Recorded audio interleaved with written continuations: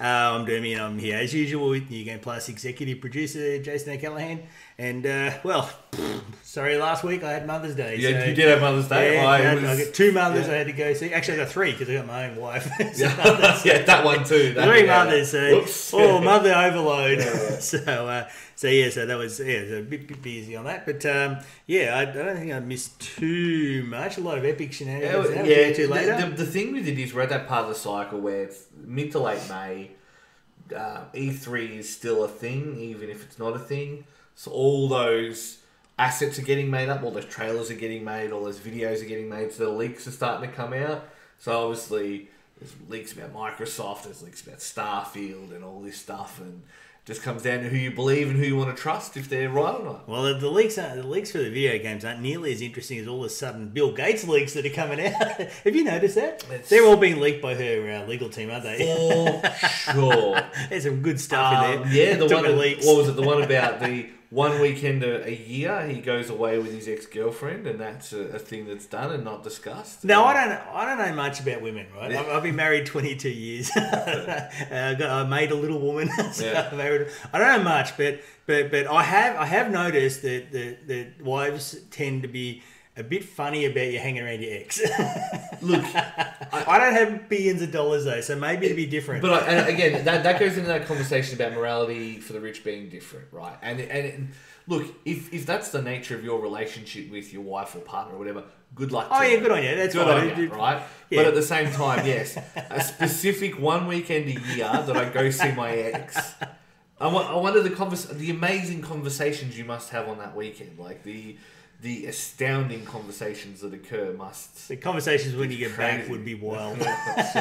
We should try it. You want to do it as an experiment? Oh, my Lord. Just suggest it. I'll just ask. Yeah, next time I'm in a long-term role, I'll just turn around and say, yeah, I'm just by the way... I'd like a weekend a year with me. I've got this ex, right?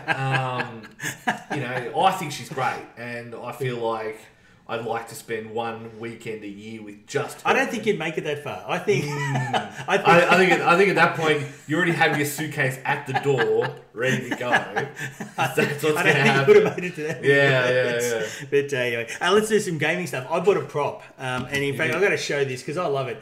If you see that, I'll do a shine. I'll make sure on the camera don't have a shine. Just angle it, it'll still be fine. That is a reconditioned Gameboy Advance with apparently all new capacitors, a new speaker and everything. How are your buttons? Buttons are good, although one of them's a bit, I think it's the way I put on. I've got to pull it apart and try and reset it. But generally the buttons are good. It's got a backlit screen. So you see it's going to be shiny, see? Yeah. Unlike the original Game Boy Advance, which is a big problem. So the SP was the one that had the backlit screen. That was the first one that did. Yes. It had a... You couldn't put batteries into it. You had to recharge it, which was... No, but this is good, actually, for retro people. They're rechargeable batteries. Sony batteries, But anyway, so they're rechargeable batteries because I like the environment a little bit. So anyway, that is a sexy little bit... because the Evercade isn't... the really good games are one in the Evercade, which is the Bitmap Brothers collection and the Codemasters collection. They're not coming out until later in the year. Right. And I wanted something to play retro games. And the Game Boy Advance has a lot of... retro games. It also had native re-releases of Mario games and native re-releases of Sight Bike, stuff like that. There's a retro... It's not going to work. A retro collection, an Atari retro collection. It's a really good little retro console. There you go. Yeah, I recommend... And I actually ordered off eBay. Oh, well, that's shining something up.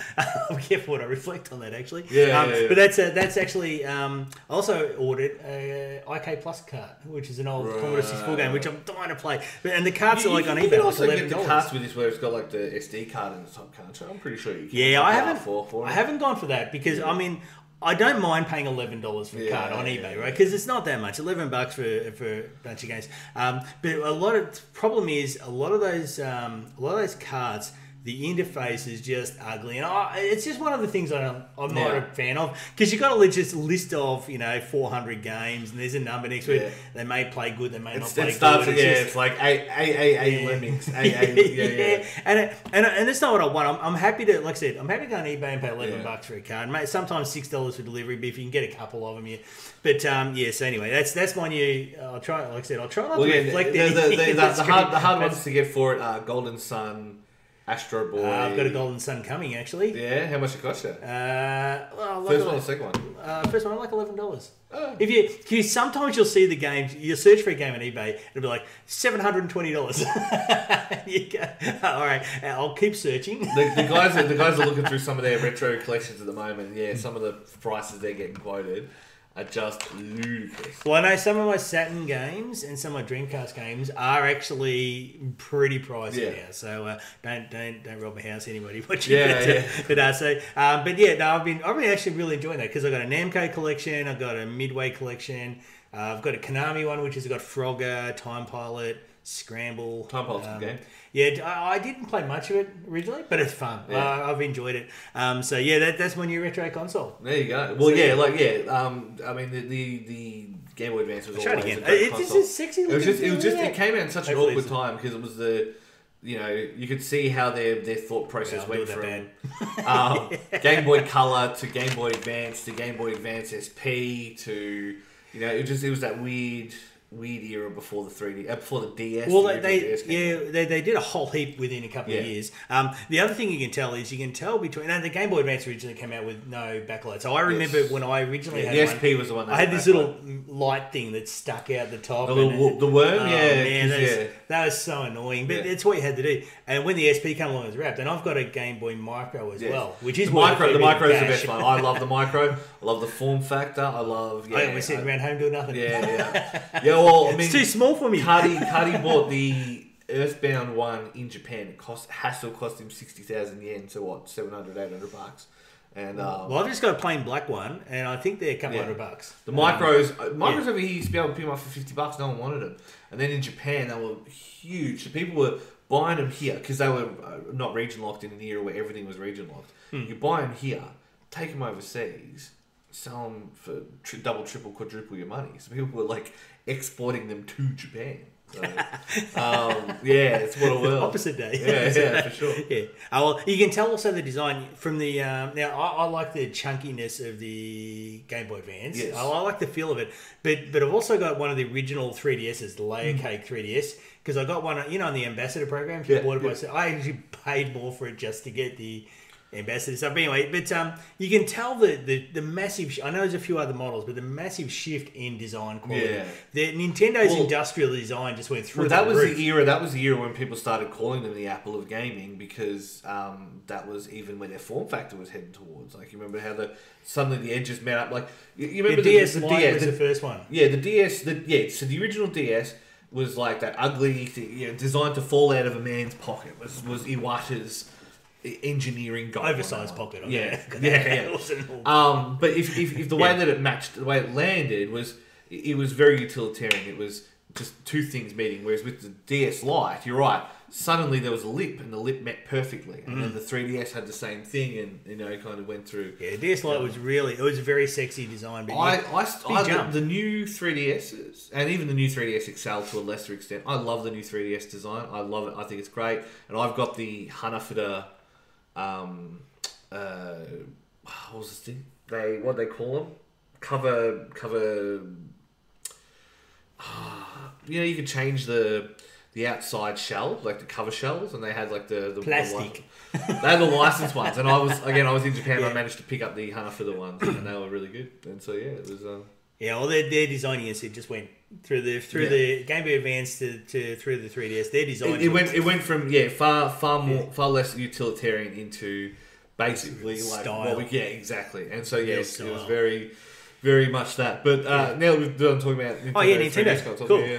All right, cool. I'll get into some gaming. I'll go game news because we've already gone like 8 minutes. So, AFL Evolution 2, which I don't know how many play. The season 2021 DLC is available now.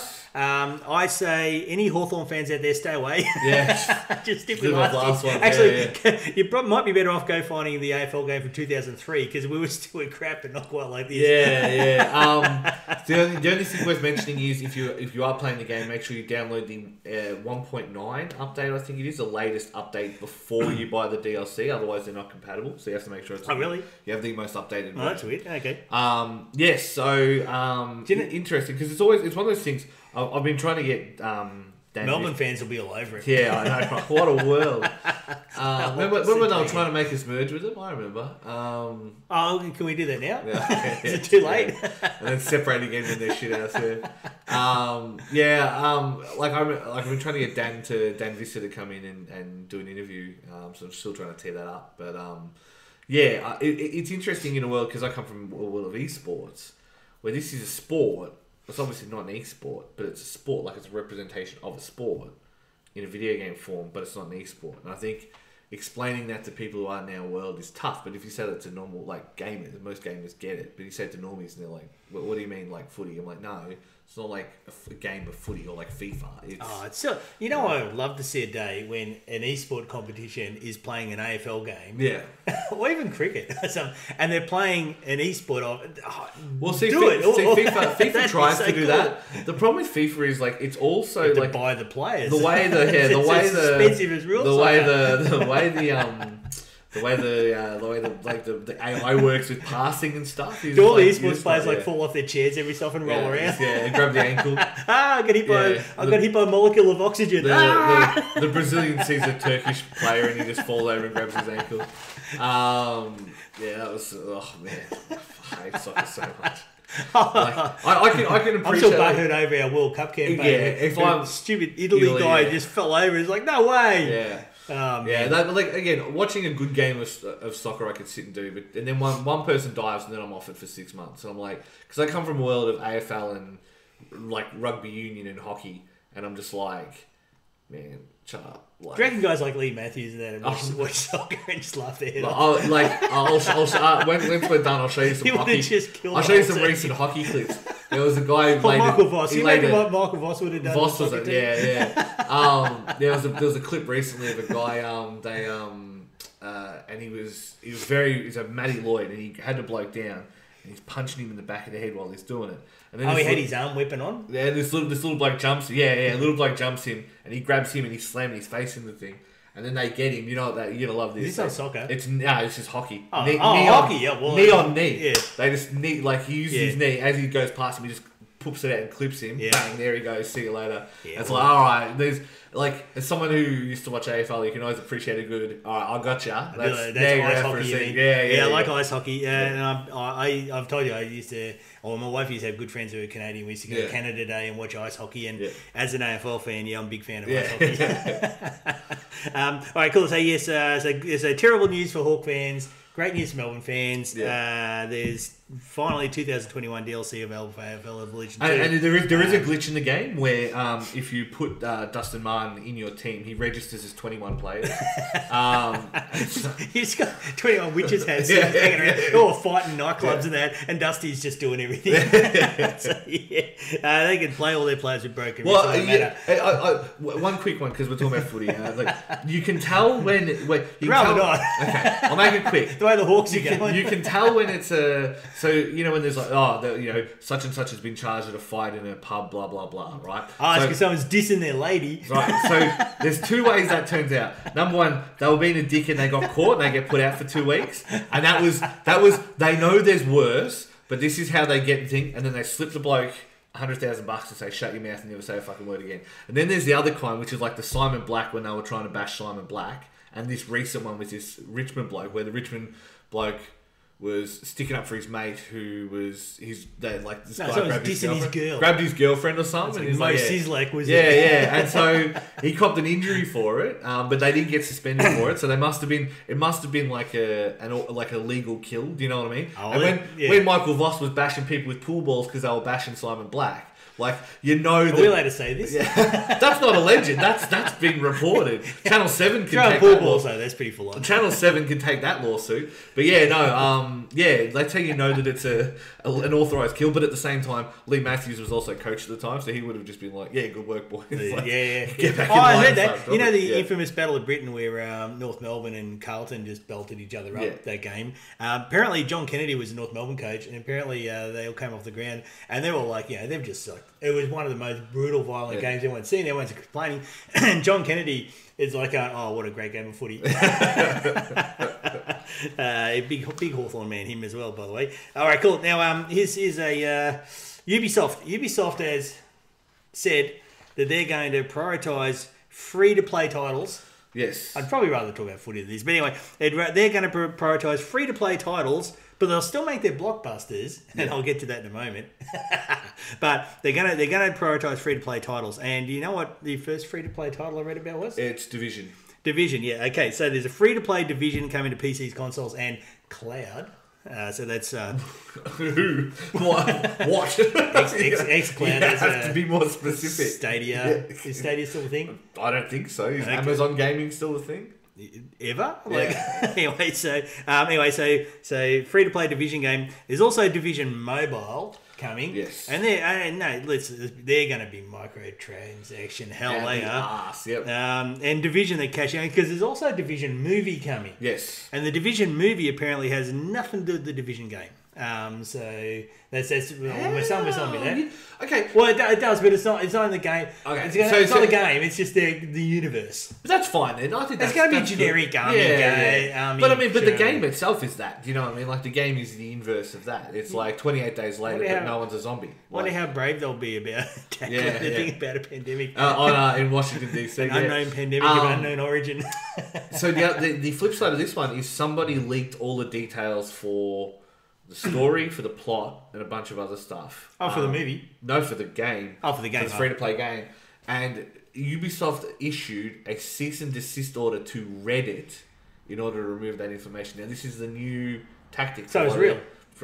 A new tactic for Activision. Track it down, and real. Square Enix and Ubisoft is they will issue cease and desist orders. To Reddit. Yes. But they're all in a little club now. Reddit's gone now. Reddit's effectively Facebook now. And the amount of bad faith, like obviously troll bots and stuff like that. Like comments are getting crazy. It's amazing these bots are taking comments from topics and then commenting them where they fit. And it's you can just tell because it's not a perfect fit. And then the second you look into their history, you see that they're a bot, right? Yeah. But it's interesting to see how far that kind of technology's come, and it really does become, like, you want to talk about manufacturing consent. Now you're manufacturing like debate, and that's where you're in a real problem. So, well, see, there was a lot of effort to make Reddit the number one like bulletin board sort of thing, and even to the point where alternative platforms like Vote, we're getting massive denial of service denial of service attacks, which is any time it happens, there's two things that happen. Any platform that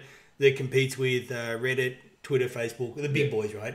There's an enormous number of mainstream media articles and internet articles about how they're all full of white supremacists and racists. That's the standard thing. They did that with Discord, right? Yeah. Which is where you hang out. Hey, you're a commie. Oh, we've got Pepe emotes even. So yeah, but it's part of a tactic. Yeah. And what they also get, and it's not talked about much, is they get denial of service attack constantly. Yeah. And then the pressure gets put on to normally the protection from denial of service is Cloudflare. Yes. And then what happens is then they start contacting, and people in media start contacting Cloudflare and saying, why are you protecting this site? Basically saying, stop, you're the bouncer, get away, I want to go in and beat everyone up. Right? And the thing is, for every good target they do that too. There's plenty of ones that were there was Daily Stormer. Yeah, which deserved to go. Yeah, well, look, you won't shed a tear over it. Generally, though, I'm of the belief that you shouldn't go down that path because, yes, with every one of these sort of things, it turns into the boundaries are grey, right? So what is really offensive to one person is not necessarily offensive to another, and everybody's got a different threshold of where they draw the line. And so what you get is and The Simpsons did a really good episode on this. Remember the Itchy and Scratchy, and then it resulted in the end banning the statue, right? And that's really good. And that was back when Simpsons was intelligent. These days, I'll try to watch it. I've been watching from season 1 of Simpsons recently, and that was one I saw, and that was the Itchy and Scratchy. Lemonade, please.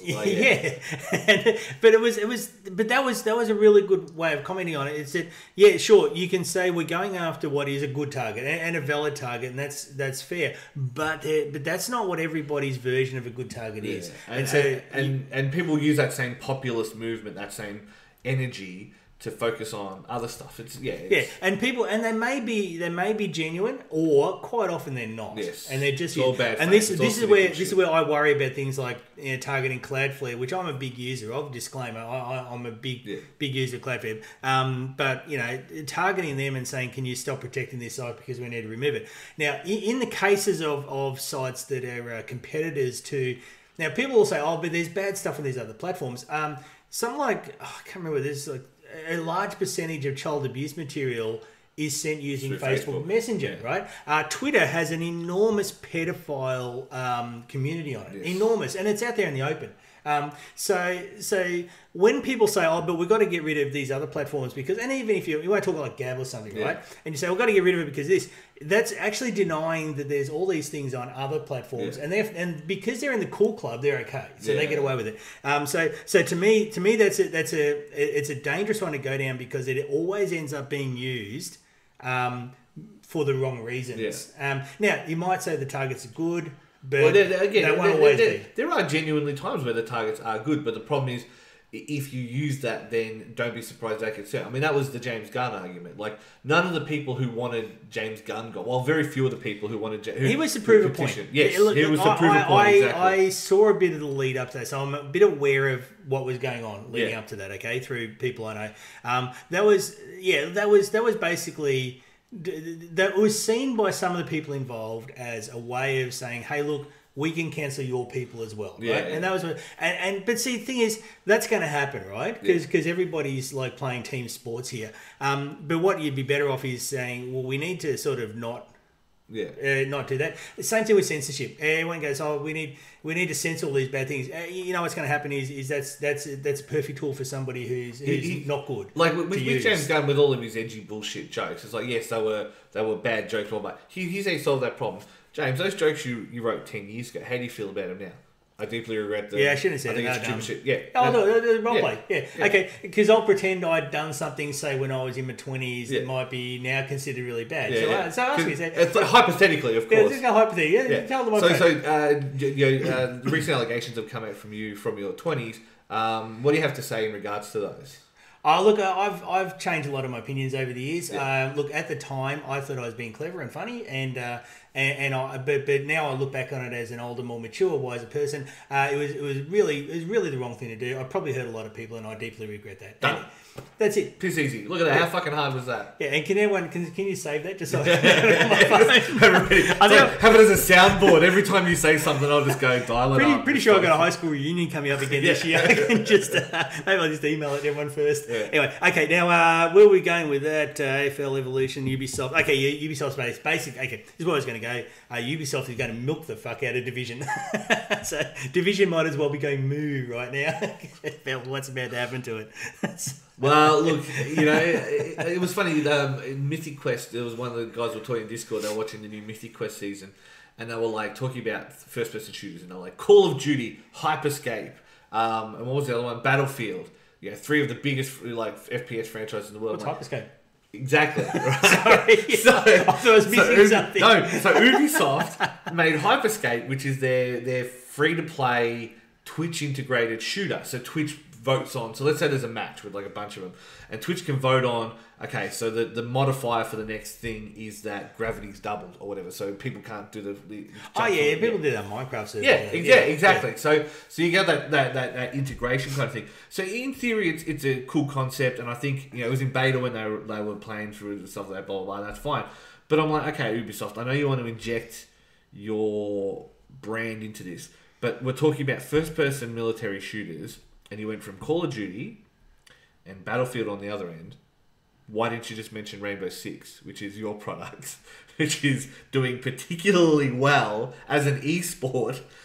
It's doing well in my house at the moment. Sorry, the third one wasn't... My Sunday's friends discovered it. So, my bad. The first one was Call of Duty. The last one was Counter-Strike. Still don't matter. I still didn't know the second one. Yeah, well, that's what I'm saying. Hyperscape is just, that's what I'm saying. Like, why would you, like, you've got to at least pretend we're in the real world. You can't just imagine things. Like, you can't, you've got to... You took marketing. If you had said Rainbow Six, people would have gone, yeah, okay, and just continued on. I wouldn't have even noticed. But out my guys straight away, they were like, Hyperscape. Like, you guys own Rainbow Six. We're talking about military shooters. Why the fuck are we talking about Hyperscape? Anyway. I never heard of it. Hyperscape. It doesn't matter.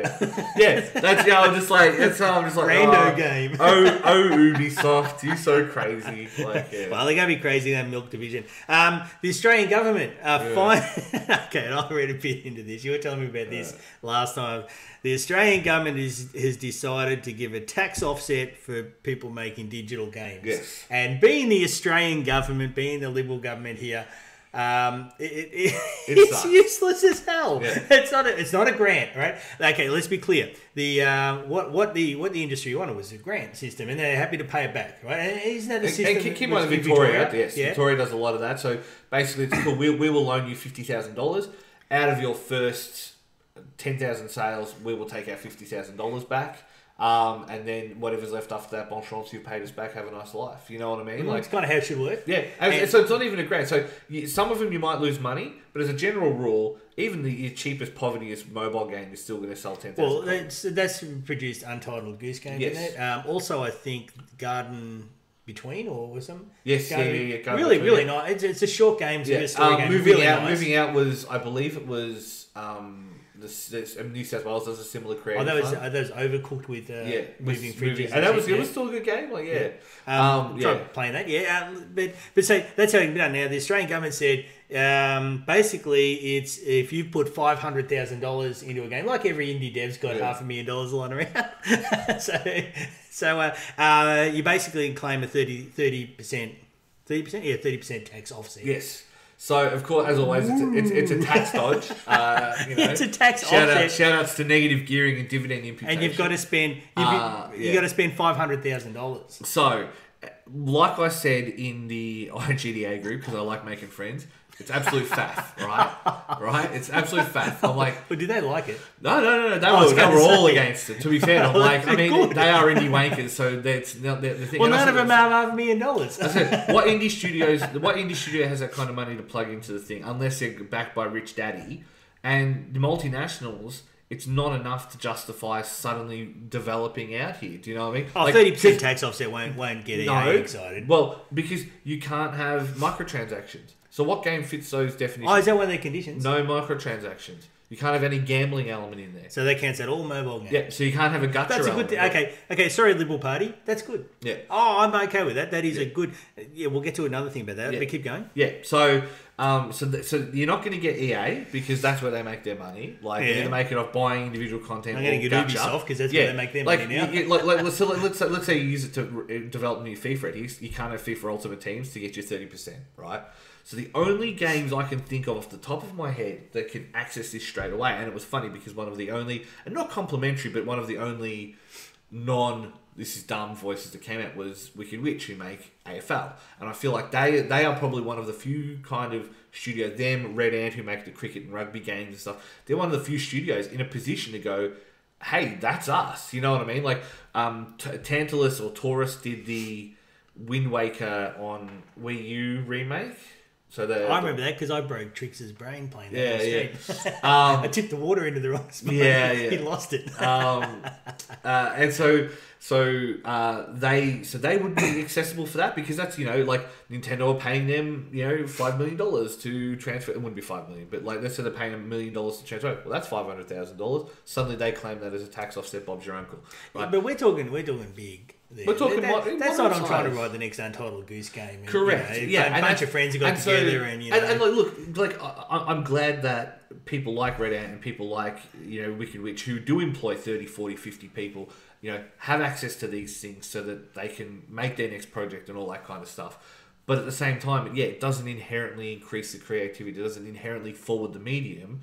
It just potentially becomes a tax dump for people. Because again, the main indie devs that are going to do it. That's a liberal thing. Yeah, the ones who are going to do it are the ones who have rich dads who can go, cool, I'm going to dump $500,000. You hire 10 of your friends, right, $50,000 a year, put them into this job, try and make a game, and then I'm going to claim it all back because I'm the director, and I'll get all my tax back, and that's who's going to use it. So yeah. Oh look, What's that noise? I'm happy for anything that helps Australia's video game industry. What the fuck actually was that? Yeah, what was that? There was like a screechy sound outside, so there we go. Well, it looks... It'll be a possum. I'm happy for anything that helps the Australian video game industry because I do believe that Australia is a place where we could have a really, really big, vibrant, important video game development community, not just indie devs but everything. Because I just believe we're the type of culture that is just just made for that. We are just the they've managed to homogenise every other facet of Australian culture. Australian TV is homogenised. It's all it's all remakes of American and European reality shows, right? Yeah. Our music industry has been inundated with that kind of stuff as well. So I feel like one of the very few mediums that we really do kind of come into our own and do these kind of projects is video games. You know what I mean? And you know something I wish I had. I didn't see it in the thing, but I'm a big believer in this for a long time. I think video games is a way that we can capture our culture, especially Indigenous culture, for sure, and that is the issue of our time, pretty much, right? And that can be captured in engaging stories in games. And I would love to see the government put money. Libs aren't going to put money into that, but I'd love to see money put into that because.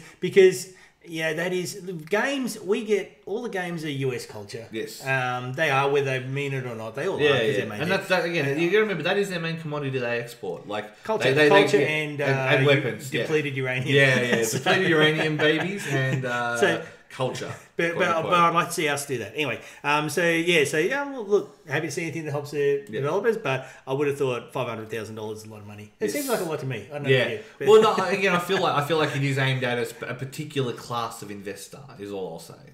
Yeah. It's not, but that doesn't help the indie devs, and it definitely doesn't help the AAAs. And I feel like there's a limited range of people that it does help in that middle band. If you can claim salaries on it, then maybe you've got a hope of finding some angel investor to give you $500,000 in the first place, so you can get your 30% back on tax. But good luck. I like the grant system the Victorian government does a lot better. Okay, now another one. Let's see. Epic. Yes. Apparently, a little thing out of the lawsuit that I did see. I haven't kept up with it, but Sony charges a cross-play fee for some publishers. So, what I read, I might be wrong, you can correct me if I'm wrong with this, if somebody primarily plays a game on the PlayStation, but they are spending money on their iPhone on that game, then that triggers compensation to be paid to Sony. Correct. Yes. So that's how they got you on Fortnite. And again, like we discussed the other day, Fortnite is such a huge percentage on PlayStation. I'm amazed how big that percentage is on PlayStation. That is correct. I don't know why everyone doesn't tell Sony to just. And I find it interesting that fuck off, Sony. Epic didn't take Sony to court. They took Apple to court. No, there's shenanigans going on there. Sony's part of these shenanigans. In fact, I think you'll find that they're an equal partner on this. That's my suspicion. I would not be surprised. Anyway, that's I don't know why everyone. If somebody said, "Oh, you got to pay us," if somebody spends money, that is unbelievable. So somebody spends money on a different platform, and because Sony have enabled crossplay, they get to ask for some of that money. Yes. Oh no! Fuck off! You didn't spend it on that. That's you go to a store, you buy something, right? And another store says, "Oh, that store owes us money because you were in here shopping earlier." You got to remember the Fortnite was the one. Fortnite was the one where if you started that account on PlayStation 4, you could not migrate it. You could only migrate. That was their negotiating position to set this up. I go to Mitre 10, and then I go to Bunnings. I spend money at Bunnings. Mitre 10 sends Bunnings a bill. Yeah. Right? That's bullshit. Anyway, that's Sony. There's so much going on in the video game industry like this. There's so much money. It's just unbelievable. Down the lower level with all the developers that are getting just screwed over. Anyway, Sony also another one. Sony is invested in Discord. Yes, I've seen that. I can't remember the amount. And they're going to integrate Discord into PlayStation. That's the white supremacist network I read. Yeah. Well, I think Microsoft... They all are. Microsoft have the same thing as well when they're looking to integrate it. I'm surprised Microsoft didn't buy Discord. I thought they were. That would have been a good purchase. You could have paid a couple of billion for that and it would have been worthwhile, I think. And then incorporating that... It's where everyone's going. Yes. I mean, Facebook's just full of Liberal Party voting boomers. Facebook is boomer book for sure. Idiot football fans from what they can tell us few days ago in footy groups. I'll say it again. Anybody who thinks gamers are mentally unbalanced or aggressive or sexist, go hang out in a footy group. Shout out to the Essendon fans in the crowd. Yeah. Not just even the Hawthorn fans recently. And I'm one of them, not like one of those guys, but you hang around the footy groups and you'll find the nearest gamer and hug them and say, oh, thank God you're nowhere near as bad as those footy fans. Sorry, I just where was I going? Sony Discord. Oh, yeah. Sony has 25 year... I'll stick on the Sony thing. They got 25 PlayStation 5 games in development. I did see that. They reckon nearly half of them are new IPs. So Sony's obviously just going... They're going to go... The whole thing you're going to hear from the Sony Defense Force is exclusives. We're all about exclusives. And most of them will be crap, but that's how it is. Word has it that God of War is first quarter 2022, and they're putting it there to combat Starfield. So Starfield? Yeah, the new Bethesda game, the Bethesda... Oh, okay, I didn't know that. So the guys, the studio that did Elder Scrolls is doing the star-based RPG. Oh, okay. And so it's them doing that, and then the other rumour part of that is there's potential for Breath of the Wild for 2022 as well. So in Breath of the Wild, Nintendo? Yes, so it's a new Zelda. Yeah, so it's Breath of the Wild 2. So. Yeah, oh, there you go. There's a scoop? Well, not a scoop, but that's what the rumour mill is churning. A rumour. Okay, cool. Gabe said that more Valve games are coming to console. Didn't say which ones. So this was wondering... No. So this was about whether they will either release their own console again, like their own version of like an Alienware box or whatever again, with SteamOS on it, or whether they will allow games to come across. Now, I don't know how you would do it. Like, if I could log into my Xbox Series X and then have like a wireless keyboard and play Dota, that's the end of my life. That's how I know. That's the end of my life. Like, Counter-Strike is the first one. Counter-Strike with a keyboard and mouse. And you can already play controller on PC as well. So that's the first one that pops up. But Dota would be pretty... I mean, is Dota... Yeah, you can't play it on control, obviously. Yeah, but that'd open up another big world of... Yeah, and I mean, they just had the anime and stuff, so the anime's seen a little bit of anime. Yeah, on Netflix. Yeah. I'm going to have to check out... Oh, Netflix. I thought it'd be on Proflix. No, it's on Netflix. No. It's legit. Like, I mean, it's a 13-part series, and season 2 has already been approved, so yeah. Oh, okay. I'll check it out. I've been watching Superstore, as I told you. Yeah. It's very funny. Okay. Okay. ABC Four Corners program. Did you watch it? I only saw clips. I did not watch the whole thing. Hey, Seth. He just joined us on. Yeah, but as a new map for that used to be a fun. You got to remember that Dota has one map. Say what you want, right? But Dota has you can take the Dota map editor and you can make any arcade game you want, and there's actually a separate when you boot up Dota, there's a separate tab that says arcade games, and these are games that people have made using the Dota engine and the assets. Can I make Galea in Dota? Yeah, you can.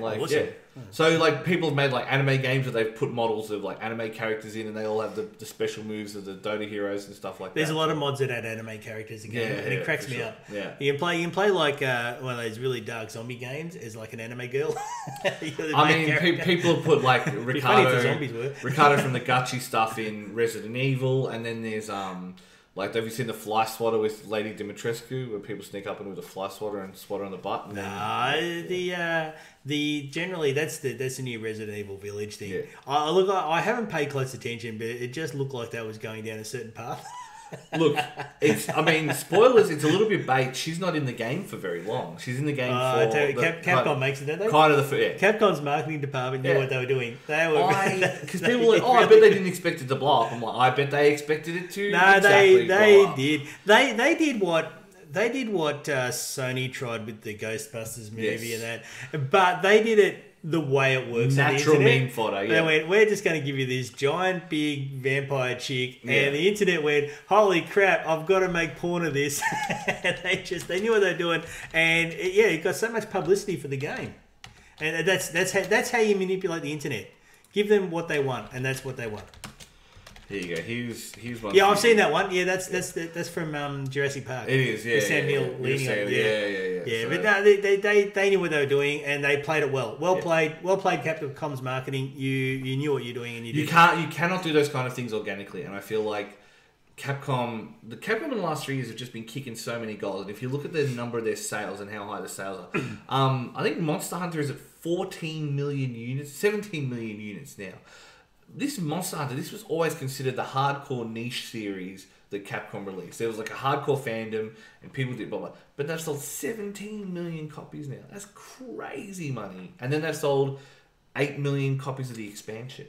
It's like that's another $50 basically. Like, didn't take long. I mean, look, they played it well. Well played. That's all I can say. It's just well played. That's how you do it. That's how you do it. Yeah, Sony, take note.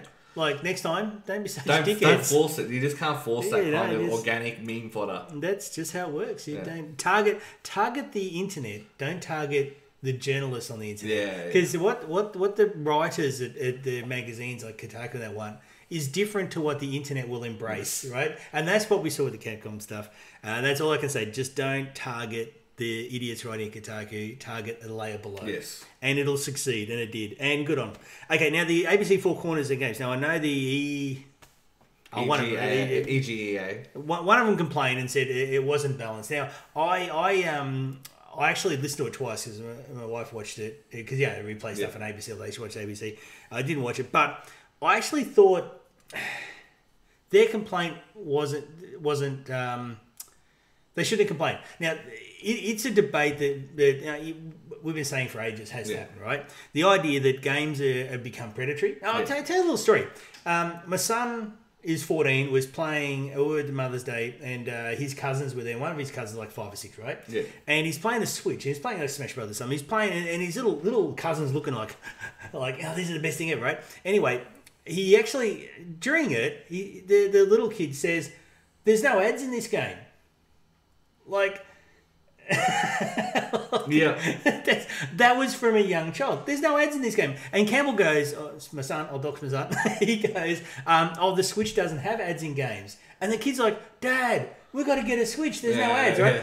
That's where we're at, right? And the kids have become boomers who bought Foxtel because they didn't want to watch ads anymore. Didn't get ads. But see, the ABC, the story, the crux of the story was people are spending a lot of money on these games. The games have become predatory. The games have started to try and milk people. Yeah. They didn't explain it. Being journalists, they didn't quite get it, but they did a good enough job, I felt, of saying these things are happening in video games, and we need to at least know about it.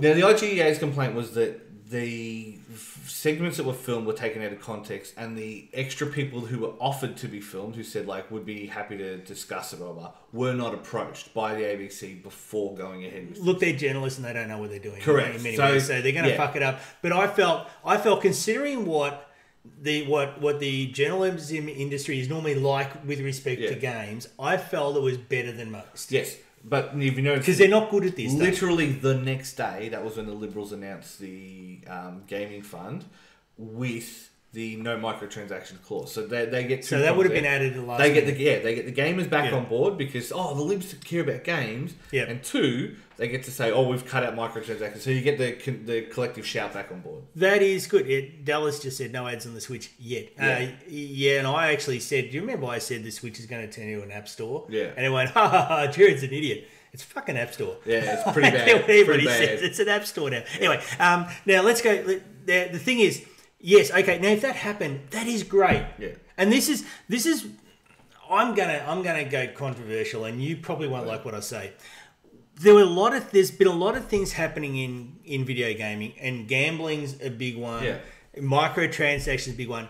Problem was our video game media, and by extension normal media, since 2014 have wanted to have only one conversation. Yeah. And it's a conversation that's not productive because there's no solution. I'd like to point out I was working for Manningham YMCA pitching Victorian Responsible Gambling Association and Manningham City Council I will say specifically about the concerns about gambling, and I had to make a list of games for parents that did not contain any gotcha element. Okay, when I say video media, I'm talking the big ones, right? Yeah. Because honestly, talking real journalists, quote unquote. I said quote unquote. They think that. Yeah. Problem is they're the ones with the platform, right? Yeah. Now we can do as much fun. I've done podcasts about it. I've banged on about it. We can reach a certain amount of people, but our reach is limited, and it's limited on purpose. That's another story for another day. Yeah. We are suppressed. If anyone wants to, let's tell you the story of New Game Plus and the YouTube algorithm. Yeah. Oh, and even the greens. Yeah. We can talk about that if you want. Anyway, another day. I will go on forever about why I believe some video game outlets have succeeded and some haven't, and it's not on merit. Let's cut in and say that we do love Scott Ludlam and whatever he does, he'll always have our backing. But yes, no problem with him is people around him. Yes. Anyway, but that's a story, maybe a story for another day because I will go on about it for a long time. And you've seen, I've shown you the stats, right? Anyway, so. Where was I going? Now, our reach can only go so far. Unfortunately, the ones with the reach are the ABC and your Kotakus and that. They're the ones that the normies are more likely to consume. But since 2014, they've only wanted to have one conversation, and that is games are sexist and all that, right? Now, I'm not going to say whether that's true or not. I'm not going to comment on that. Problem is, they wanted to have that discussion. They harmed our image in the eyes of normies. Meanwhile, while they were doing that, they ignored a lot of other really important things. Now, it's real easy to say gamers are sexist. It's really hard to say to the publishers who supply you with stuff, and they'll go, we don't take any money. Whatever, you get stuff from them, right? Yeah. We know that.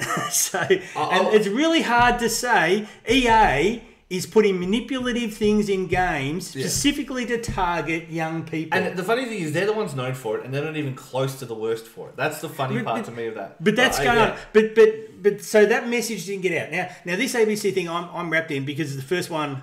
Now, Seffi said games are bad. Okay, I'll get Seffi's making a joke in the chat. Games are bad. Don't play them, right?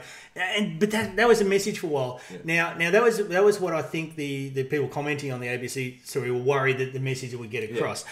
But it needs to be, the discussion needs to be had like repeatedly as much as possible about exactly what publishers, and I don't believe the devs are doing it on their own accord. I believe they're forced. What publishers are doing to video games to try and maximize the money they make for them in this environment that is predatory and going to harm children. So 2 things I'm going to add to that. Number 1, to his credit, Jim Sterling, however you feel about him, was always one of the bigger platform people who was... To me, he's like a lot of them. I love some of the stuff, some of the other stuff, I go, whatever. Yeah, but he was always one of the ones to go after them for this shit. He was going after Activision for the early days, like all that. He was always been one of the ones that goes after them. So credit to him where it's due. Number 2, the thing I would say is originally...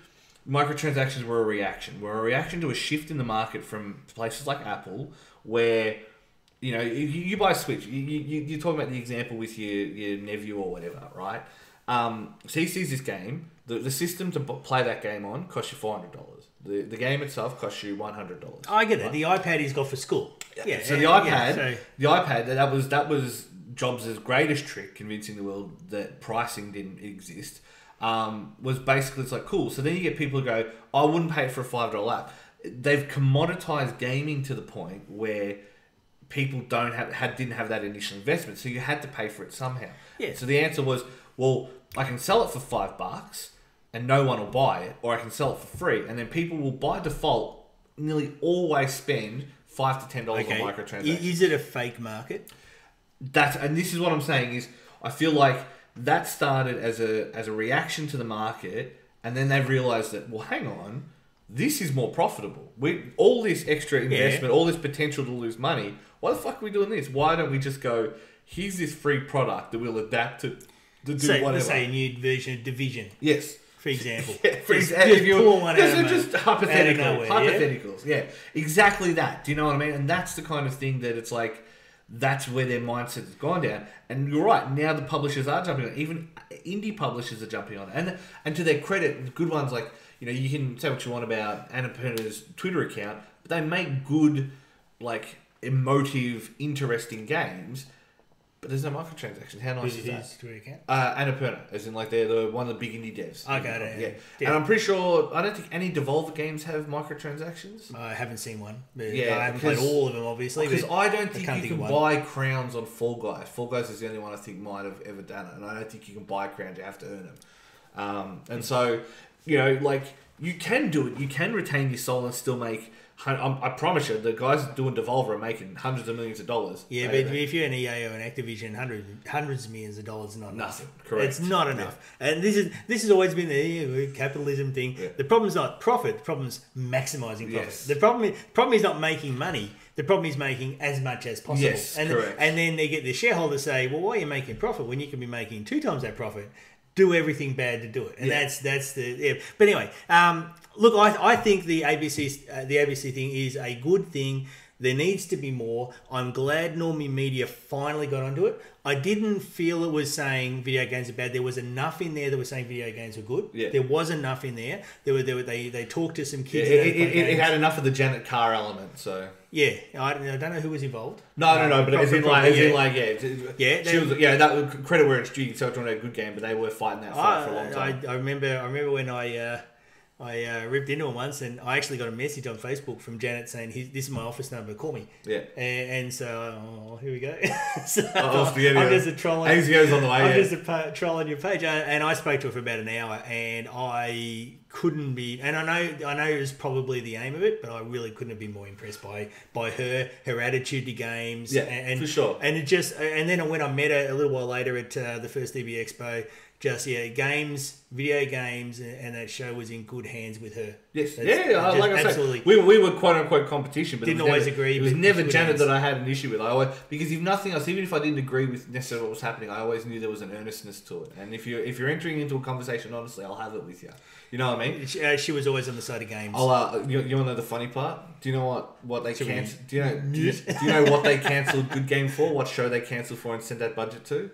Oh, that was like Tom Ballard or something. Nightly with the Tom Ballard. You want to talk about the normies ruining gaming? That is an omega yikes. Yeah, no, there's a lot. Yeah, I think I had there's a few things we heard about that we probably could have a separate podcast. Because Jamie was saying he's been listening to that podcast, and I'm like, oh, you want some secrets from that era? I'll show you some secrets from that era. Like, you ever played Pole Wings, Dermie? No, now.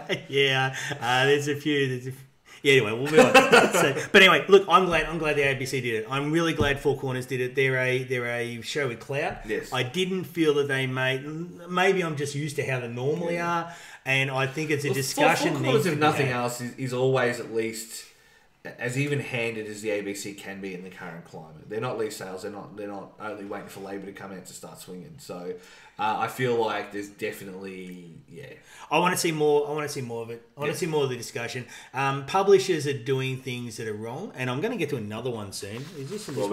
Yeah, technically 10 minutes. Okay, well, let's get on this next one because there's another. We talk microtransactions. We talk the predatory games. We talk all that. There's another one that's really a bad thing. Okay. You're going to get Sony again? Sony. There we go. Okay. People think I hate Sony. Yeah. Sony as a patent. Did you know that Sony owns Evo? They bought them recently. In March, right? So Evo being the world's largest fighting esports fighting game tournament. Yep. Yeah. They played in Las Vegas at the place everyone got shot up. Remember that guy shot everyone up? Yeah, Bellagio. When the guy went up the top floor and just shot. Yeah. Anyway, so that place, Evo, the largest fighting game esports tournament in the world, Sony owns it now. Now Sony has a patent for the patent odds for various. I got to read this. I wrote this down in my writing, and I can't write anymore because I've been using the computer too long. Let's see, and I can't read. Odds for various propositions concerning the play of a computer simulation are determined and presented to a viewer for pecuniary and non-pecuniary wagering purposes. The odds may be determined using past game analytics or may be determined pari-mutually, which actually means all the money goes in the pool and house takes a cut. I had to look that up. So pecuniary interest... We didn't use that word in my public school. Pecuniary interest implies that it's like money, so it's money and non-money based gambling. Basically, it's gambling. Basically, Sony has tried to do a patent for gambling on esports, and that is the other thing that the industry, and we've talked about this so much. You don't even watch Dota streams. Every Dota stream you watch, and I'm talking from Bulldog, so community cultural streamers, through to large-scale, Valve-approved esports events, all have some betting agencies as a thing. So we play, just got into bed with this really dodgy site, and as a result, Namco Bandai dropped WePlay, sorry. And so, it's been there for the longest time, and remember people went off at that guy for selling CSGO knives and stuff like that. Do you know what I mean? It was like they had the raffles and stuff like that and all those gambling sites for items. So now Sony's just gone, let's cut it middleman. And again, I feel like I feel like the battle's lost. If Sony's on, it's battle's lost. Yeah. The owner of Evo. If the owner of the world's largest fighting game esports competition is patenting online esports gambling, the battle's lost. Look, I'm gonna be as transparent as I can be. We have been approached by multiple betting sponsors to work for Cash. I see the emails we get. I see the New Game Plus ones where they go, "Oh, we just want to give you some blogs for your site. We'll pay you to publish your content." They pay you. Do you know how much they pay you? $300 to $400 per article.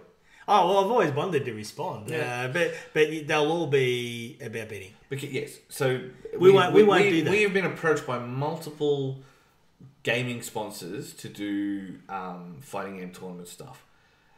We have a set of rules that we have around that kind of thing, that certain lines cannot be crossed, or we just won't agree to the sponsorship.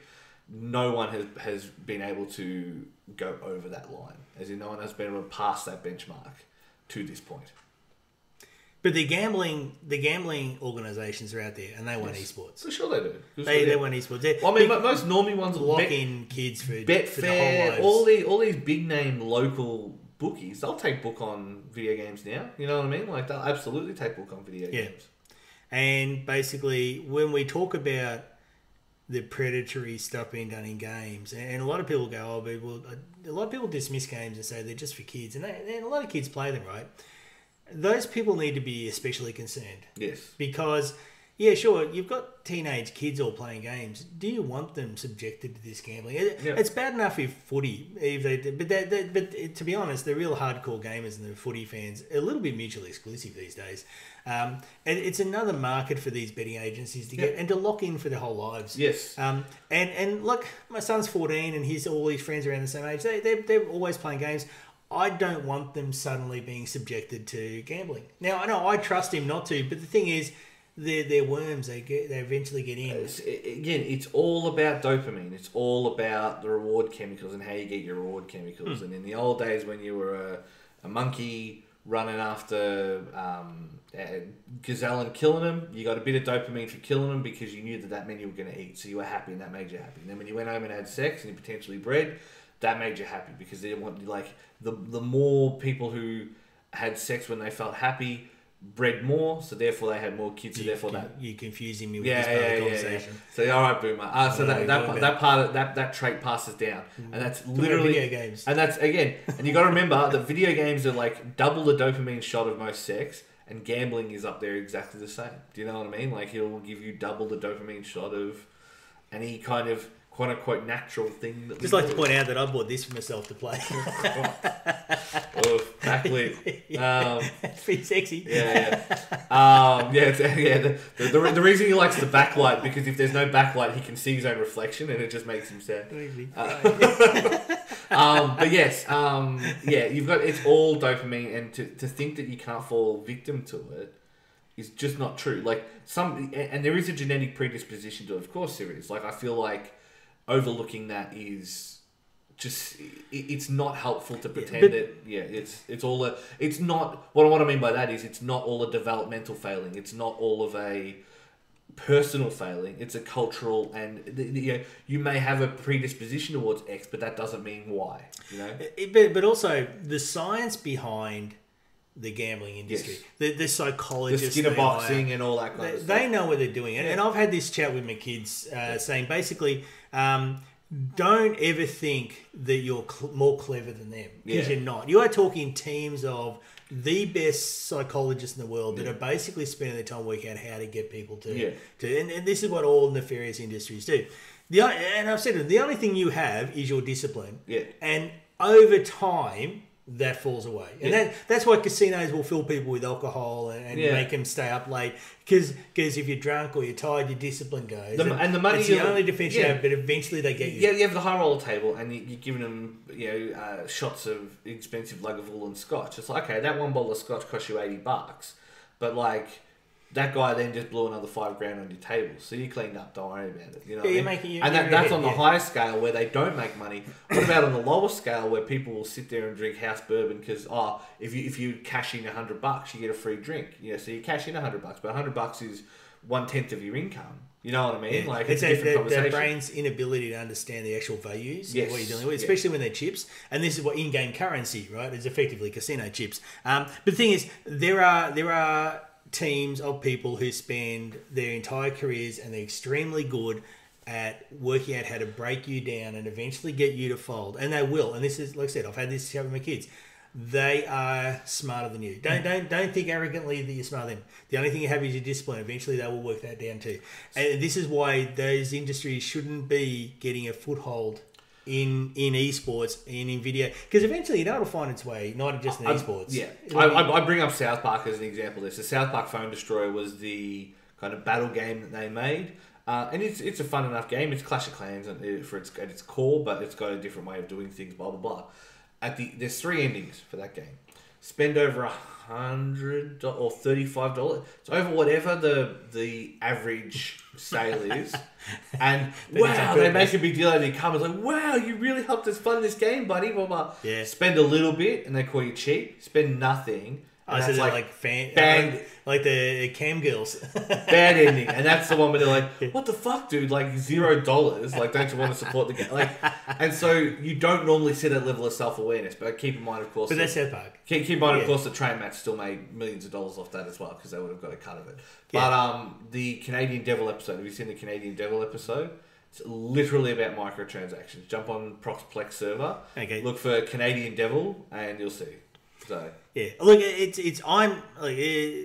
Sony having Evo and patenting gambling, as Della said, the house always wins. Yeah. That worries me that the battle's lost. Yeah. Because it's going to be really hard. It's going to be really hard for anybody to stand up. Sony, a lot of the higher up media, you know how there are levels of media, the level up around IGN and that, they're not going to take them on. They're absolutely not going to. That's just not how it works. Are you run out of news stories? Do you want to talk about IGN? Retweeting a Palestinian support organisation, then pulling the tweet down. Oh, did they?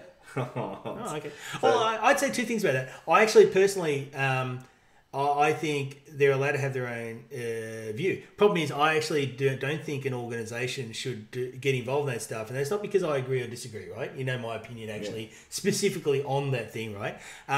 But I actually don't. I think it's a problem for corporations or organisations to it, because they're speaking for then all their staff, and all their staff will have different views. Now, some will be hardline, some will be nuanced. How it happened? IGN put out a support for this Palestinian thing.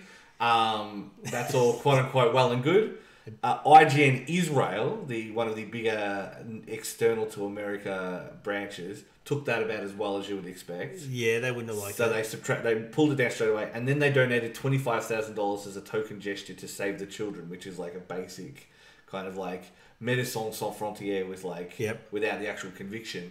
And that's the end of it. So they reacted specifically to pressure from a smaller sub office that was directly like contradicting opinions on the same thing. And I guess that goes to your point about when you're speaking for an organisation. It's impossible to speak for an organisation. Do you know what I mean? Well, yeah, because you can't. That's why. Anyway, I talked over your end of the story. No. No. That's what I mean. Like, the point you made is exactly what happened. Do you know what I mean? Like, yeah, as in the internal factions were fighting it out over whether it was ever a message they should have sent in the first place. Yeah, I'm sure if there's IGN Palestine and IGN Israel, they can probably have a team meeting at some point. And what you normally find is normally the people on the ground. The people have far less.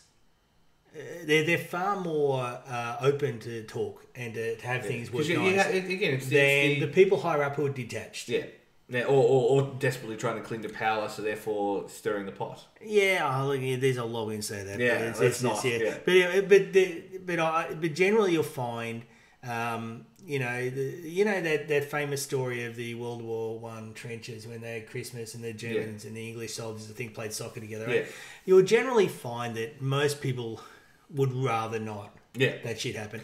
And if they were face to face with a person they think it humanises it, and that's why why efforts go in all these things to dehumanise as much as possible. But that kind of goes back to microtransactions, because, like you say, you start doing these little sales, you start doing these things, and it starts to delegitimise money. And it's the same way that people try and disconnect each other from their communities or their opposing communities, they delegitimize the other side, and that's exactly what the idea is. Again, everything's either. Well, you look at gamers. Gamers. One of the big reasons when I was talking about the stuff that happened from 2014 onwards in gaming media, that actually did delegitimize gamers as a political force. So my argument is taken care of. In your era, it was always the revolution would be televised. It was one of the classic lines out of the Gen X's, right?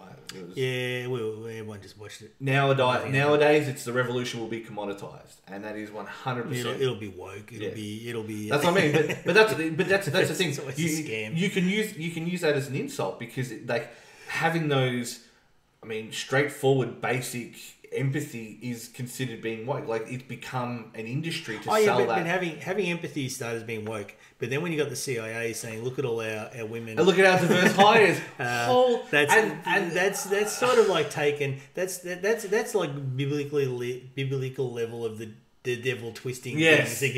It's the woke brands thing. It's like it's that thing of we care about we care about this particular tragedy of this particular movement. It's like, yeah, but you've still got little girls in Bangladesh stitching your shoes together, so go fuck yourself. Well, that's Nike with Copernic. Yeah. And again, I'm not going to comment on my beliefs for or against that, but yes, they're all very Black Lives Matter, but there are non-white people who are literal slaves. And people go, oh, but they're not really slaves, they're indentured in that. And you go, no, you can call it whatever you want. According to the United Nations, it's still slaves. I mean, you want to have that conversation in Australia. Like, there's a different, like, the Irish were indentured servants, right? But that doesn't detract from fires up. I can tell you what, that fires up people because I've said that before, and then you'll get people that will absolutely get really aggressive. Yeah. Saying no, effectively the conversation is Irish are white, so therefore they don't be slaves. And it's that conversation of, I'm not saying it's as bad as what it was, but let's not pretend that there's varying levels of this. You know what I mean? Yeah, and there's an interesting one there in the dynamic. Okay, I've got Polish relatives, and they haven't always had the best time either. Like, anyway, let's. We avoid politics on this podcast always. I'm trying to be neutral. I said. Yeah. Upshot of what I was saying is, good on ABC. Yes. Good on ABC. Good on Four Corners. We need to be having these conversations. We are, as far as I'm concerned, 7 years too late, at least. And we've had the wrong. Okay, I'm all for it. If you want to go, we've got to get rid of sexism everywhere. Fine, that's fine. Problem was, we ignored a lot of other stuff to have this little team sport, little rah-rah, let's have a fight, right? And James Gunn with stuff was part of all that bigger culture war stuff. Yeah. We need to be having this. It's late, but we need to do it. We probably can't pull back everything. We need to have these things like ABC Four Corners did. And next one we need to tackle soon is the gambling. My biggest complaint, like I've said to you multiple times, is we had the opportunity to do things different, and we fell down the traps even quicker than our fathers. And that's what annoys me the most. Like, we could have done esports without gambling. Apparently we couldn't. Do you know what I mean? Because Sony won't let you now. Sony like owns a large part of it, right? And this is why when I read it, it was really one of those moments to go, it's like, it's over. Yeah. And I hope it's not, but we need to. And the only way it's gonna now, you said the Liberal Party announced their game thing the day after the Four Corners thing, and they said that the the tax offset is contingent on not having microtransactions. It's contingent on having gambling elements. So you can have microtransactions which are purchasing. But you can't purchase to then roll. Like you can't purchase soccer stuff. So you can't purchase 10 FIFA bucks to buy packs of cards. Okay. You can spend 10 FIFA bucks to buy a player which you know you are getting. But that is a sign it works. Yeah. And if it works with the Liberal Party, it'll work with. But again, that's also how you know that it's always been a cynical marketing point, because the Libs only do cynical marketing points. So if they can see through it and turn it their way, they will. But at least there was a little victory. And we need those, and we need them, and it may be too late, but good on Four Corners. We need more of that stuff.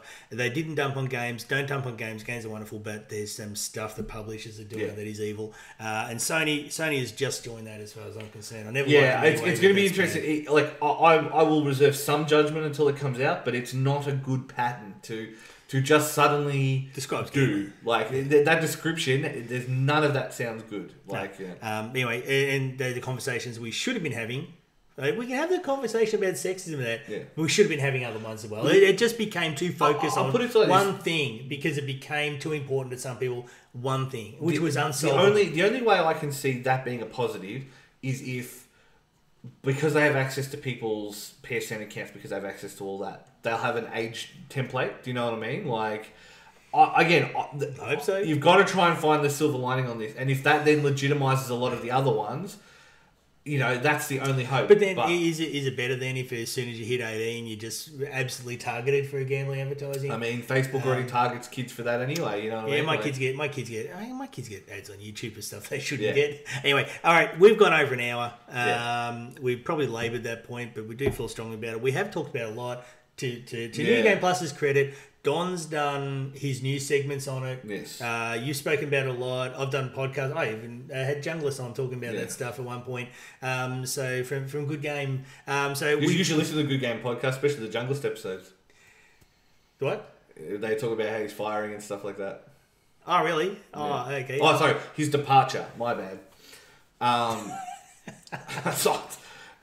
I think that's what the technical term is, yeah. I don't care what you say. I still love him. I don't care. I don't care. But the thing is, what I was getting at, we've talked about a lot. We've tried. There are levels of video game media that can have impact. We can have impact on a certain type of person, but it's already a person that sort of gets his stuff.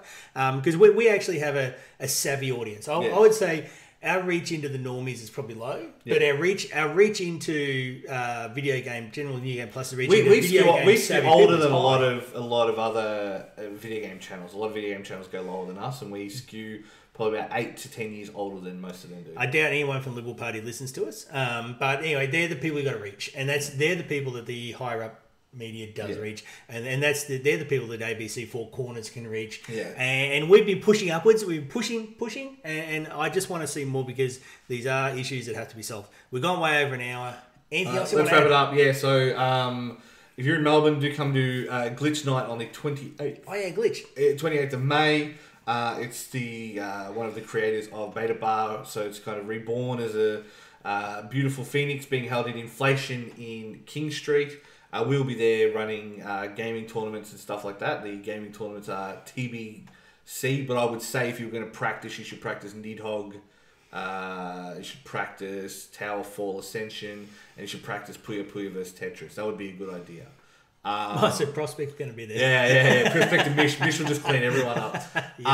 But yeah, so that'll hopefully become an ongoing. You don't want to play Puyo Puyo against anyone Asian. Well, again, look, Mish is one of the fastest people I've ever seen, and even she is slow. And then I remember one of the guys we used to know, Clyde, and it was amazing just how quick his brain was processing these patterns and just setting up for, T-spins that were taking out 8 lines. You know what I mean? It was just like bam, bam. It was insane to me. I don't know what it is, but it's just something. Again, it's just I'm going to sound racist, but something they can do. Yeah, really good. Even positive stereotypes are negative, but yeah. So it's just quite amazing to watch in action. Yeah, do come down and check that out. And then TGF will be the 25th. It's like black people playing basketball. Oh, don't do that.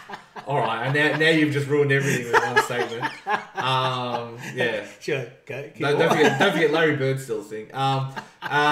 His passing was elite. Yeah. His passing was anyway. Yeah. So don't forget to check that. Then TGF is the 25th to 27th of June, and then BAM is the 9th to the 11th of July.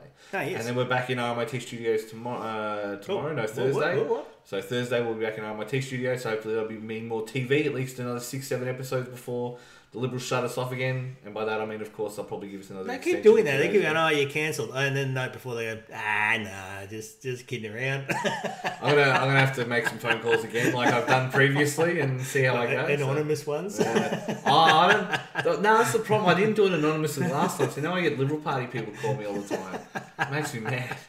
I try and be as polite as I can, but I just feel like saying "fuck off, you soulless ghoul." But anyway. Don't you have a desk to be wanking on? Like, yeah. They probably just did. They called you after. Yeah, they called me afterwards. I'm the afterglow call, yeah. Yeah, the refractory call. Yeah. Post-nut polarity, yeah. Cool. On that note, yeah, I think we're done. Nothing else from you. I think we're good. NewGamePlus.tv, everything's there. New Game Plus TV for all the socials. See you later.